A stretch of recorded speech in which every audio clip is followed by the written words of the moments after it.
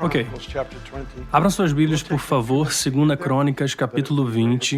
Eu levaria alguns minutos para chegar lá, mas será ótimo se você estiver pronto para ir nesse maravilhoso assunto que temos para essa manhã.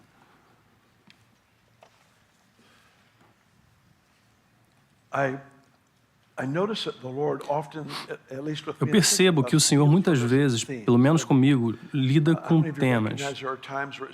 Quantos de vocês reconhecem que há momentos em que parece que cada livro que você encontra tem um assunto semelhante? Talvez toda conversa seja um lembrete de um tema em particular, sermões ou podcast ou qualquer outra coisa.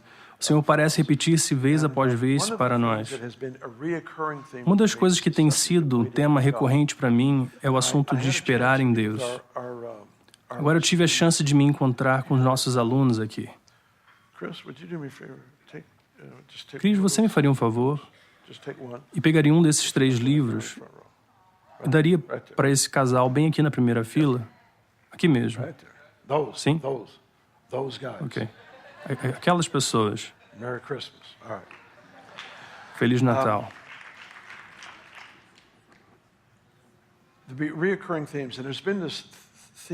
Temas recorrentes. Tem havido esse tema em esperar em Deus. Eu acredito que foi há 2 semanas atrás. Eu tive a chance de conversar com nossos alunos do 3º ano e uma pequena parte, do que eu falei foi sobre esse tema que eu vou falar com vocês hoje um pouco. Esperar em Deus é completamente diferente do que eu pensava que era. Eu pensei que estaria sentado em uma poltrona esperando que Deus agisse. Eu tenho descoberto em minhas experiências enquanto observo a história da minha vida, às vezes é que obtive vitórias e às vezes que eu não obtive.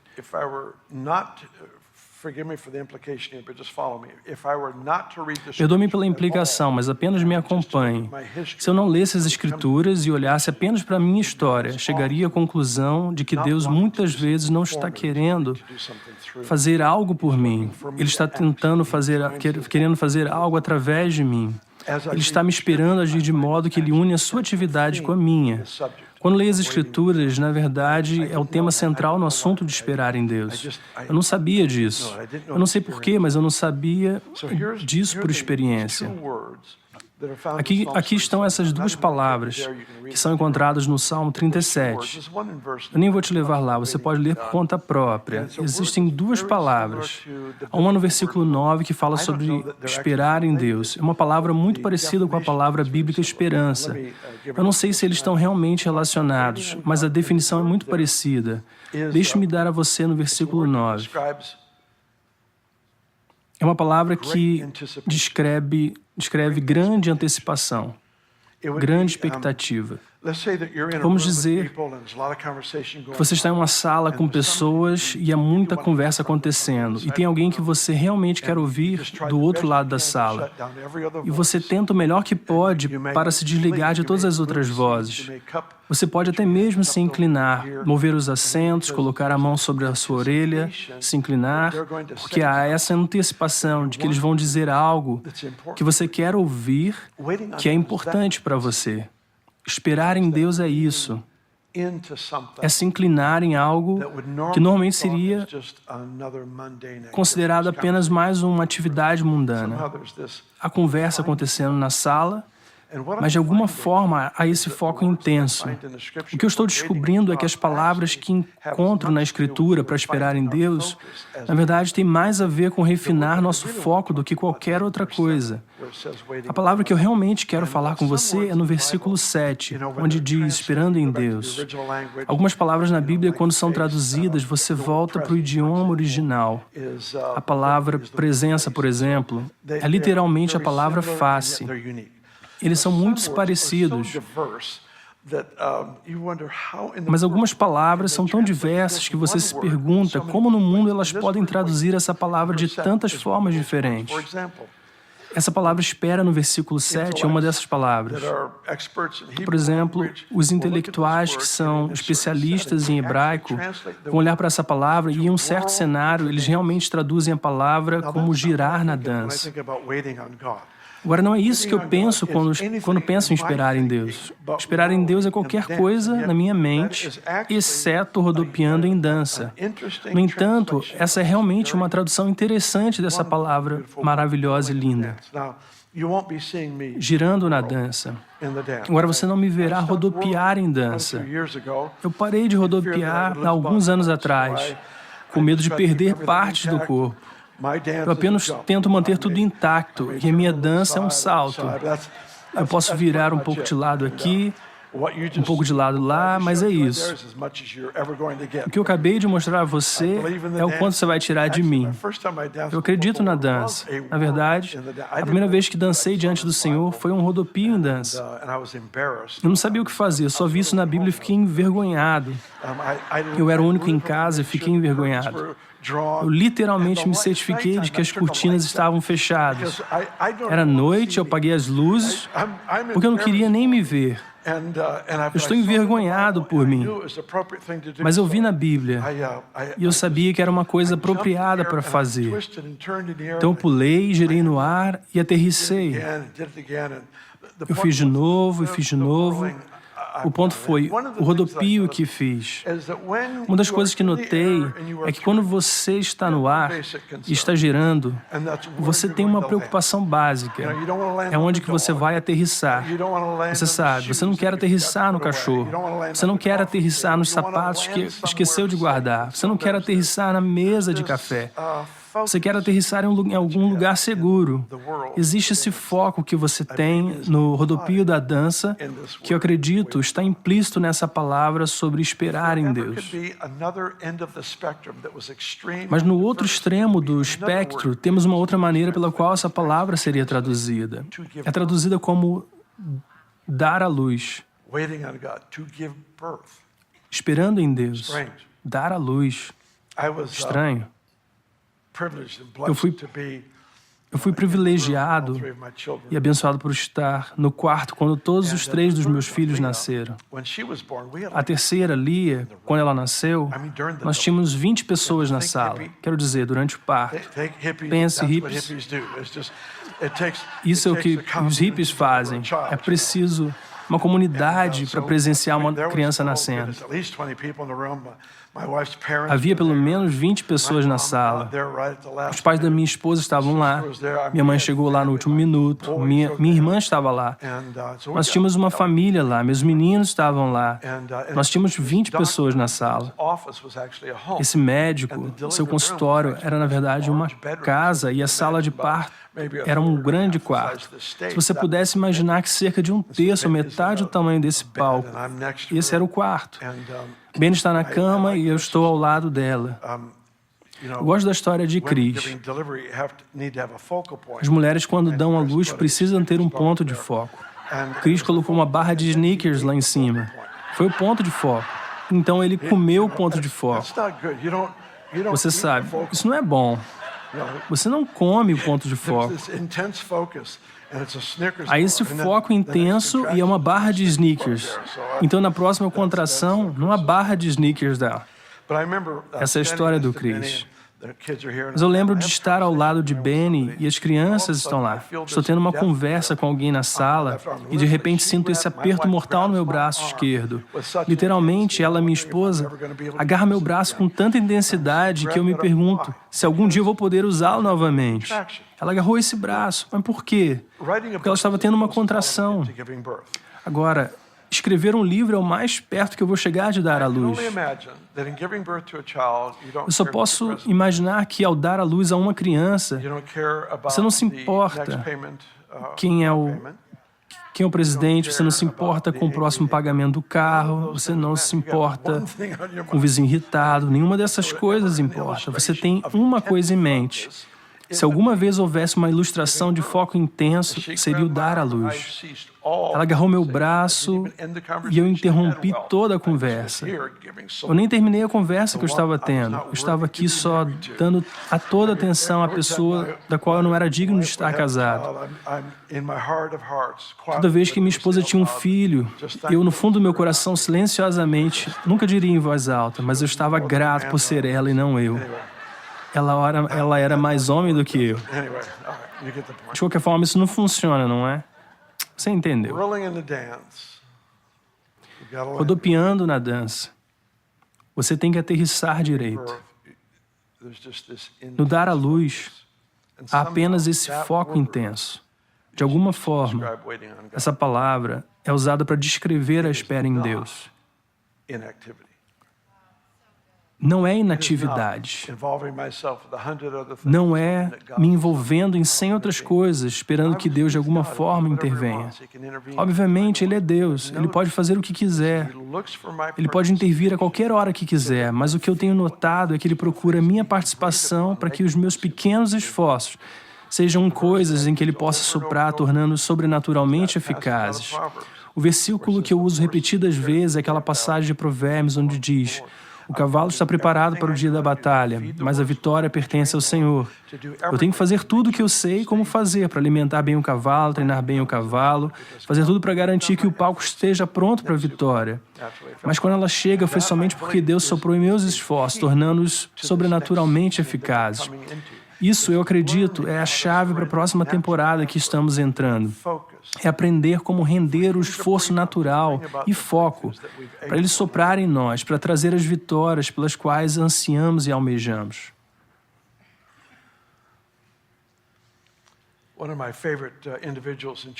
Um dos meus indivíduos favoritos na história da igreja é um homem chamado George Miller. Eu adoro ler sobre ele. Ele dirigia um orfanato no Reino Unido. Ele era um extraordinário homem de fé. Sua vida de oração era bizarra, incomum. Um dia ele estava orando e o Senhor lhe deu uma palavra ou visão. Eu esqueci qual agora. Foi sobre a construção de um novo prédio no terreno. Então ele deixa seu tempo de oração, ele está andando pelo parquinho e uma criança vem até ele. Dá-lhe 1 centavo e diz: isso é para um novo prédio. A questão é essa. Quando você está esperando em Deus, a moeda de 1 centavo é $1 milhão. Porque você não se sente intimidado pelo seu valor ou pelo quanto falta. Ele pegou a moeda, literalmente, e levantou diante do Senhor e disse: obrigado pela confirmação. Obrigado. Eu prefiro que a confirmação seja de $100 mil ou parecido. Mas ele pegou a moeda e disse: obrigado pela confirmação. Quando eu estou biblicamente esperando em Deus, o tamanho da confirmação não importa, porque eu estou inclinado a esperar que Ele faça alguma coisa. A moeda é o suficiente. A moeda é suficiente.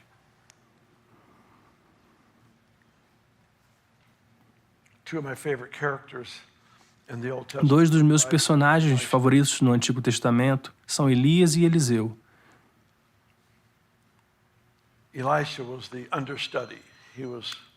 Eliseu era o aprendiz. Diga olá a Jesus por mim.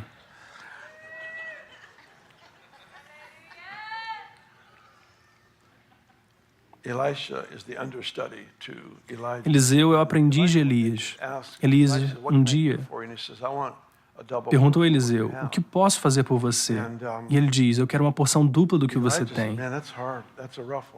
Elias disse: é difícil, isso é realmente difícil. Você tem que imaginar.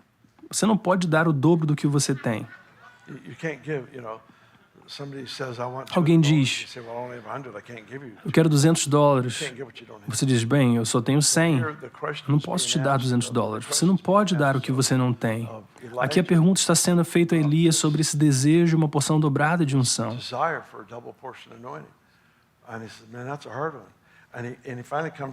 E ele diz: isso é realmente difícil.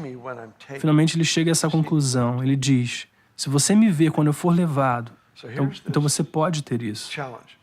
Então aqui está esse desafio. Nossos maiores testes são quando não sabemos que estamos sendo testados. Porque o Senhor está procurando uma resposta do coração a uma dada situação. Não há tempo para pensar, não há tempo para orar, não há tempo para fazer nada. Há uma reação, ou é a reação correta ou não é. Não é um teste para julgamento, é um teste para ver o quanto ele pode carregar. Qual é o peso do que esse homem, essa mulher pode carregar das coisas de Deus na terra? O Senhor está constantemente nos examinando e testando para ver o que podemos carregar. Você se lembra do rei a quem o profeta disse: fira o chão com as flechas, e ele feriu o chão 3 vezes, e o profeta ficou bravo com ele. Ele disse: se você tivesse ferido o chão 5 ou 6 vezes, você teria aniquilado o inimigo. Mas agora você só terá 3 vitórias temporárias. Quantos de vocês entendem que o rei provavelmente queria fazer o teste novamente? Ele não sabia que estava sendo testado. Nossos maiores testes são quando o Senhor está olhando para ver o que está no coração e não sabemos o que está lá até que venha para fora.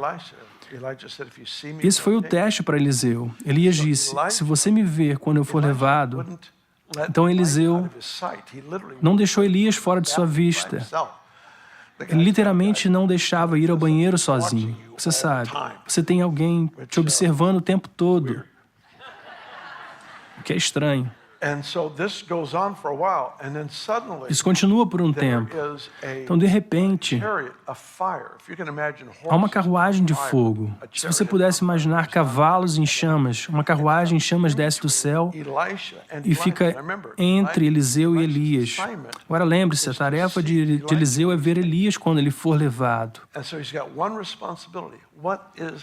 Ele tem uma responsabilidade.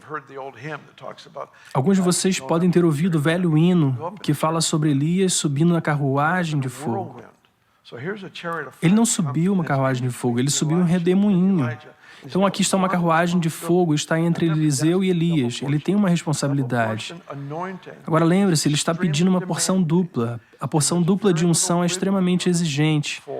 E há muito pouca margem para erro. Por que eu digo isso? Quanto mais você vai em Deus, mais casualidade você causa por sua falha. Isso é vida.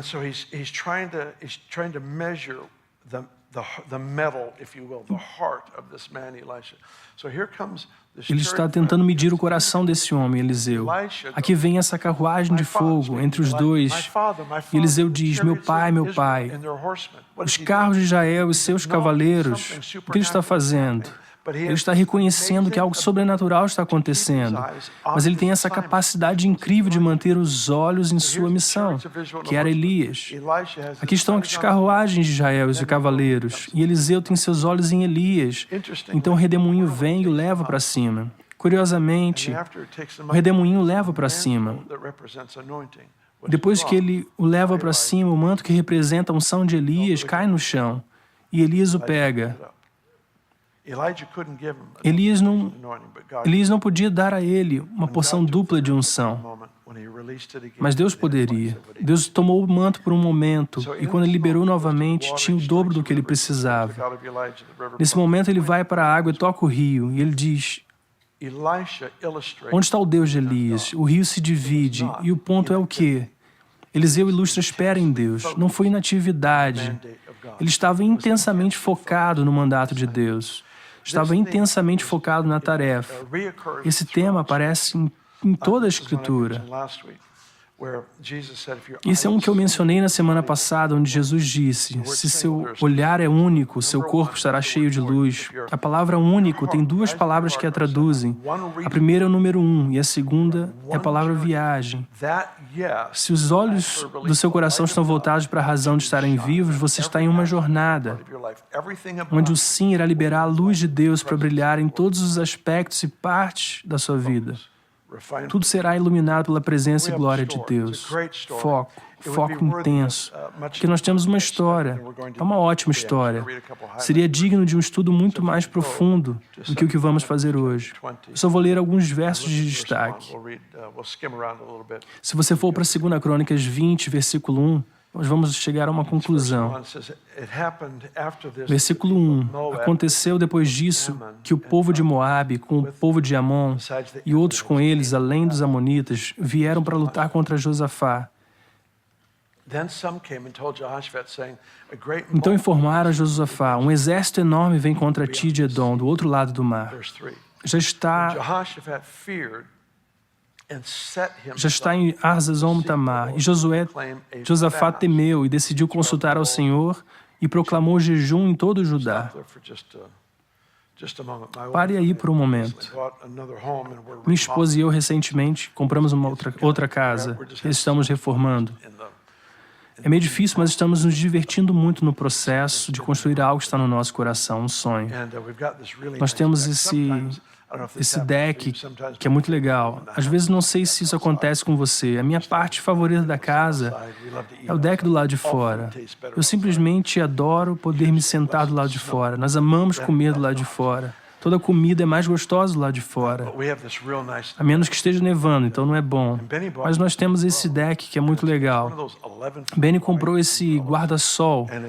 É um daqueles guarda-sóis de mais de 3 metros de largura. Está em um suporte e tem esse braço que está pendurado. É enorme. Descobrimos que o pedestal pequeno que veio com ele, você poderia soprar sobre ele e a coisa toda cairia. Então nós compramos esse suporte enorme que você enche de água.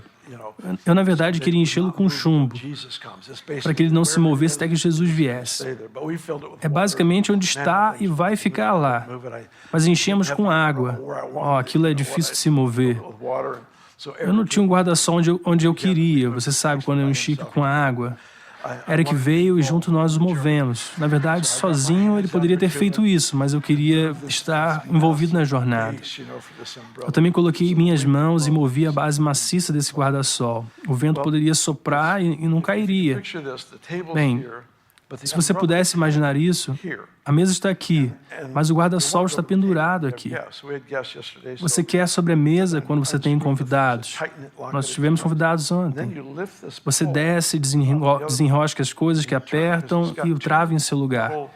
Então você levanta esse mastro para fora do outro mastro e o vira, porque há 2 parafusos ou pinos de metal saindo dele. Você o gira até cair nas ranhuras pré-definidas. A razão pela qual eu precisei da ajuda de Eric foi fazer com que a base fosse movida de modo que quando o guarda-sol estivesse naquelas ranhuras, estaria sobre a mesa exatamente onde queríamos. Você está nos acompanhando? Então, nós levantamos e colocamos nesse lugar específico. Quando você nasceu de novo, você recebeu a natureza de Cristo, que está posta nesse lugar específico. A face do Pai está posto. Então, quando colocamos a nossa face para buscar a Deus, estamos realmente dizendo sim à natureza divina que Jesus nos deu em nossa conversão. Estamos nos focando na única razão pela qual estamos vivos. É uma vez mais, o foco posto apenas uma coisa. Então Josafá está cercado. Eu nem me lembro dos números agora, de 100 para 1 ou algo louco assim. Seu exército está tão em desvantagem, ele está morrendo de medo, mas se dispõe a buscar o Senhor. Eu amo muito isso sobre o Senhor. Não importa se tenho medo, se eu estou ansioso, se estou estressado ou se estou com raiva. Não importa em que condição eu esteja, apenas ore. A oração é sempre uma coisa boa. O que eu descobri é que quando eu oro, se eu encontro o Senhor e levanto a minha voz e saio da mesma maneira como cheguei diante dele, então eu não estava orando, eu estava reclamando. Mas quando você vem e realmente se envolve com o Senhor, há sempre uma transformação de coração e mente que acontece. Vamos continuar nessa história. Pule para o verso 7. Eu amo esse verso. Você não é o nosso Deus que expulsou os habitantes dessa terra diante de seu povo Israel e a deu aos seus descendentes de Abraão, seu amigo, para sempre? A única coisa que eu quero salientar aqui, eu gostaria de encorajá-lo a repetir a história da Bíblia ou sua história pessoal em suas orações com mais frequência. Pode parecer uma rotina religiosa. Eu não acho que seja, eu acho que é vital. Neemias fez isso. Ele estava diante do Senhor. Ele disse: Deus, eu não aceito a provisão do governador, é dada a mim, mas eu não aceito. Ele disse: e todos os trabalhadores dessa obra, eu os alimento do meu próprio salário. Deus não sabia disso? Não, é claro que ele sabia disso. Mas era importante que Neemias relembrasse. É importante entrar no protocolo divino. onde você ensaia em sua mente. O que é isso? É amar a Deus com sua mente. Está usando a sua mente para relembrar fatos, para trazer situações do passado, ou neste caso, para trazer o contexto bíblico e as situações. Aqui Josafá está orando. Ele diz: Deus, você nos tirou do Egito. Foi você quem fez tudo isso. E foi você quem fez essas coisas para o seu amigo Abraão. Ele está lembrando a Deus, não porque Deus se esquece, mas porque precisamos estar em sua economia e recordar os eventos da história. Porque eles são um protótipo profético do que deveria acontecer nos nossos dias. É importante que usamos nossas mentes. Isso é um pouco fora do assunto, mas eu lembro de anos atrás, muitos anos atrás, na verdade estava pensando na última semana de tentar isso novamente. Eu estava nessa reunião de oração em Riverville e disse a todos na sala: escolha uma característica da natureza de Deus, como a sua liberdade, o seu poder, ou a sua beleza, sua santidade, ou o seu julgamento, qualquer coisa. Você escolhe alguma coisa. Eu disse, agora vamos fazer isso, vamos louvar a Deus. Eu quero que você o louve com entendimento. Eu quero que você use em louvor tudo o que você possa pensar sobre esse assunto. Isso é um exercício mental agora. Deus, eu te agradeço que você é bondade, ou sua bondade é muito melhor do que eu pensava. Você perdoa pessoas que não merecem. Eu não merecia isso e, no entanto, é assim que você é. Você é perdoador. O que fazemos é nos lembrarmos. Deus, eu me lembro nas Escrituras quando você era tão gentil com Manassés, quando ele merecia o seu julgamento. E ainda assim ele voltou o seu coração para ti e tu o perdoaste. Você é bondade. Começamos a relembrar essas coisas. E no fim desse tempo, não me lembro agora, mas acho que talvez 15 ou 20 minutos, perguntei a cada pessoa. Cada pessoa teve exatamente a mesma experiência e isso me surpreendeu. Cada pessoa esgotou tudo o que sabia sobre o assunto. Eles não podiam pensar em mais nada. Então, veio uma nova compreensão. Cada pessoa. Por quê? Eles eram o mordomo do que tinham. É como dinheiro. Eles eram mordomos do que tinham dentro de si sobre a natureza de Deus. Eles usavam no louvor e quando acabou o que tinha, ele ergueu o véu e permitiu que eles tivessem uma percepção mais profunda desse aspecto da sua natureza. Uau! Uau! É um exercício intencional, usando a mente com a qual amamos a Deus. Isso não é um ponto irrelevante. Nós fomos chamados por Deus nas Escrituras para amar a Deus com todo o nosso coração, nossa alma, nossa mente, nossa força. Nós devemos usar a nossa capacidade intelectual para trazer as coisas à superfície, para as usarmos como uma oferta. Sim, Bill. Amém. Ótimo ponto. Vamos continuar. Como estamos indo? Ok, nós temos 10 minutos. Versículo 13. Agora todo Judá, com seus pequeninos, suas esposas e seus filhos, se colocaram diante do Senhor. Algumas coisas precisam ser feitas em unidade familiar.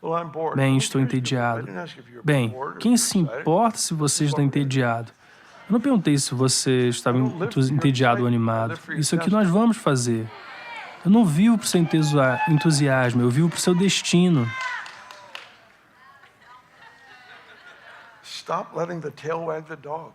Para de deixar a cauda abanar o cachorro.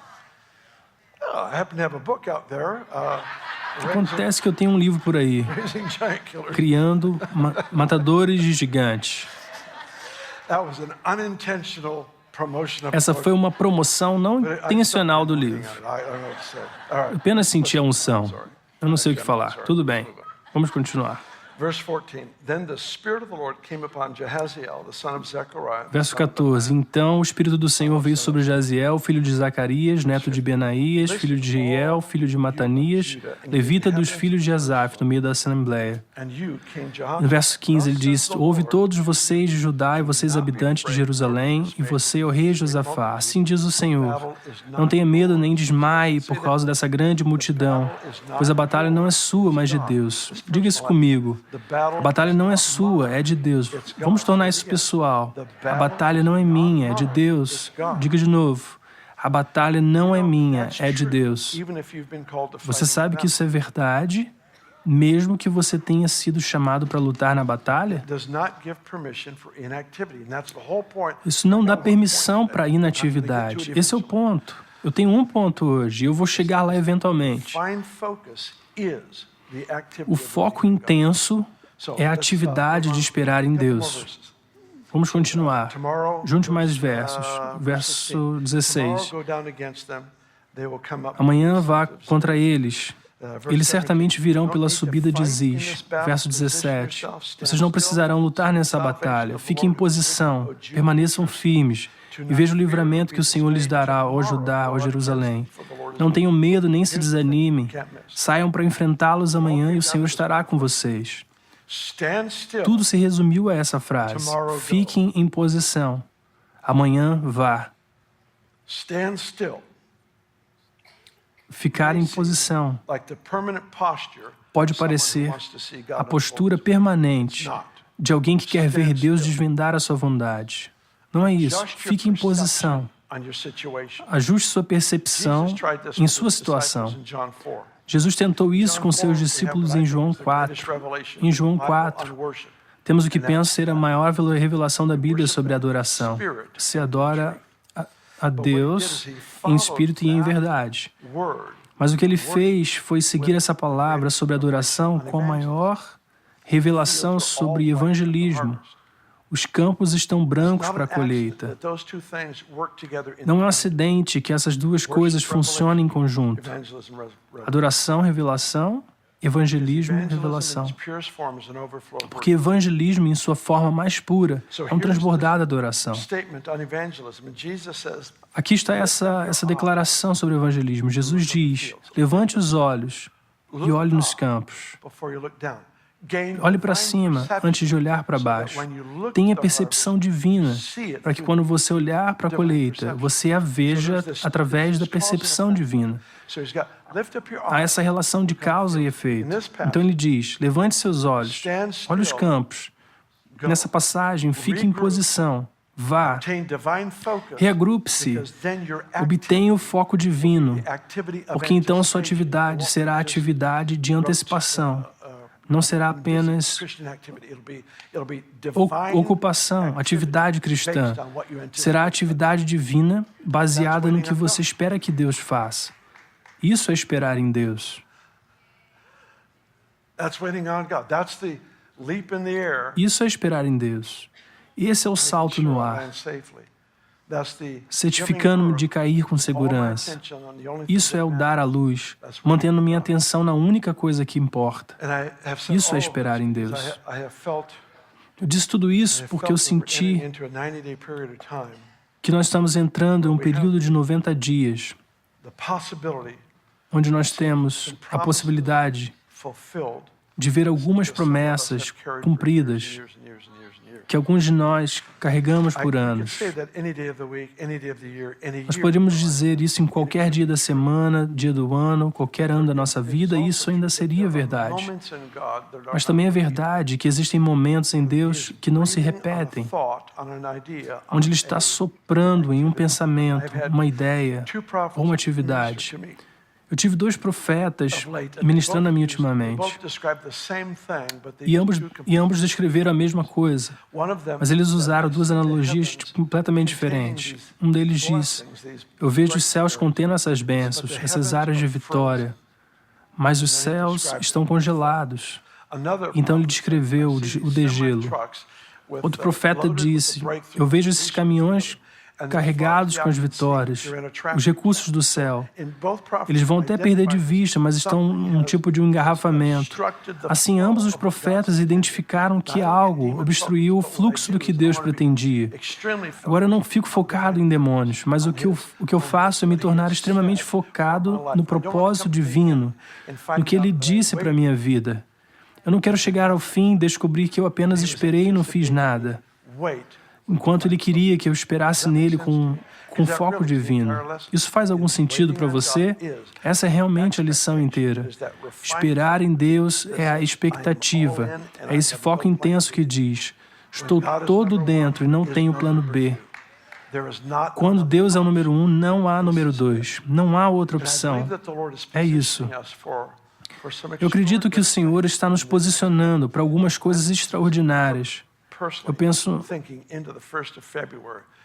Pessoalmente, eu penso no primeiro dia de fevereiro. Nós temos essa temporada de vitória que eu quero me comprometer totalmente. Quando você está comprometido, até a moeda de 1 centavo profetiza. Quantos de vocês têm crido em algo por anos? Quantos de vocês, honestamente, acham difícil se encorajar sobre o que você está crendo há anos? Quando você está esperando, 1 centavo profetiza. Quando você está biblicamente esperando, antecipando, inclinando-se apenas para ouvir aquela voz, a pessoa que está falando, essa antecipação. Quando estou inclinado, tudo tem significado. É louco. Isso faz sentido para você? Eu lembro que houveram essas temporadas, esses momentos que eu iria para um hotel e eu pegaria o quarto 308 e o próximo hotel seria 308. Eu acordaria às 3:08 da manhã e diria: Deus, o que você está tentando dizer é como se tudo tivesse significado, tudo era profético. Eu entendo que você pode abusar, mas o maior abuso é que temos em ignorá-lo. Deus está sempre falando quando esperamos que Ele faça outra coisa. Amém. O maior milagre de todos, sem dúvida, é a conversão da alma de uma pessoa.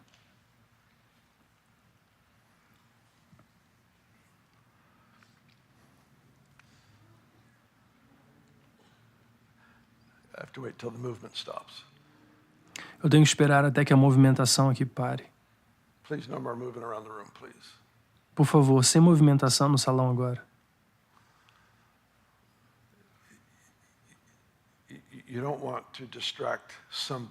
Você não quer distrair alguém que precisa ficar bem com Deus, porque você precisa almoçar.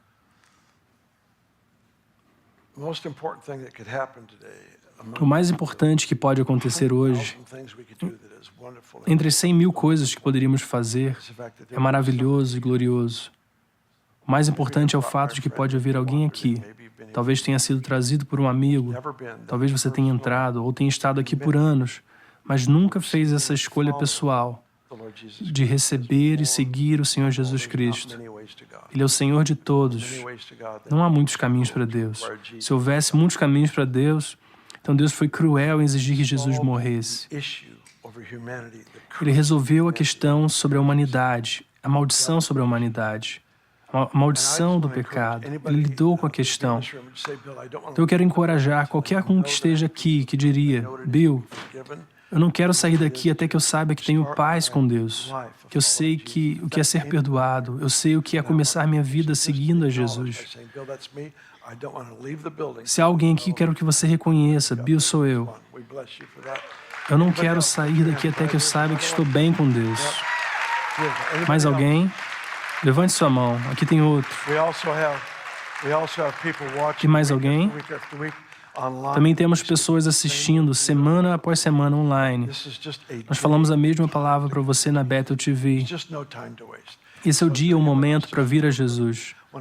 Não há tempo a perder. Tem mais alguém? Bem rapidamente, quero dar oportunidade para qualquer outra pessoa que diga: eu quero seguir a Jesus, eu quero dar a minha vida para segui-lo. Alguém mais? Ok.